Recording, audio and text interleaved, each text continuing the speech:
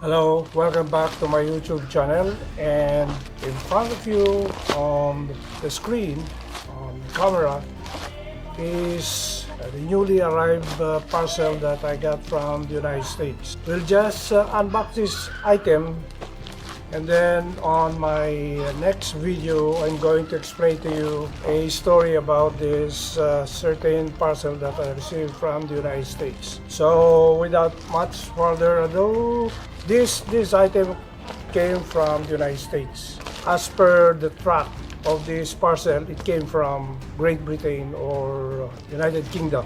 If you are familiar with the plastic bag, I think you know already what is inside. So we're going to open using my knife. Actually, it's not open.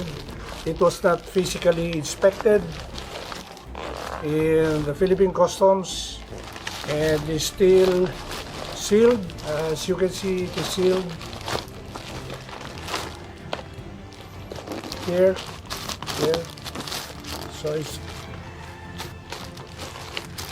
it was not, inspected by customs. It was only screened.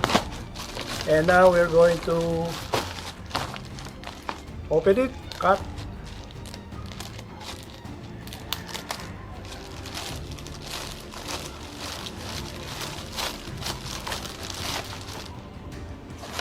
And we will see what is inside. Yes, you know already what is this logo? Iron Heart. So this is still sealed, as you can see, not yet open. So we're going to cut, or maybe just pull the tab.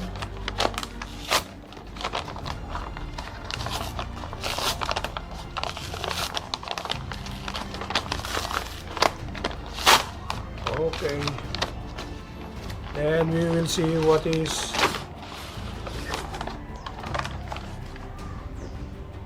inside, and voila!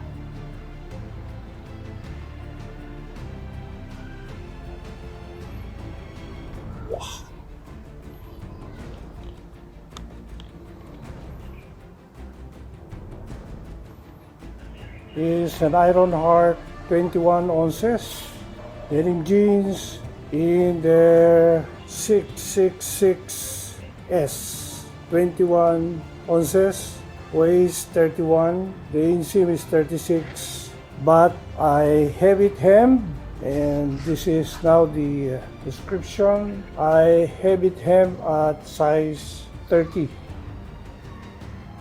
Size 31, and the waist actual measurement is 31.3. The first one that I have was 31.5, so more or less this is my size. Incoming spring summer catalog.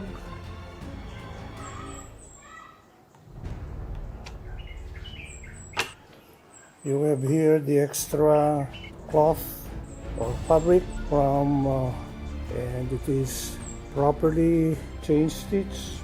In my next video, I will discuss to you the story of this Iron Heart. I'm going to compare how these items went through the customs as compared to my first Iron Heart Selvedge denim.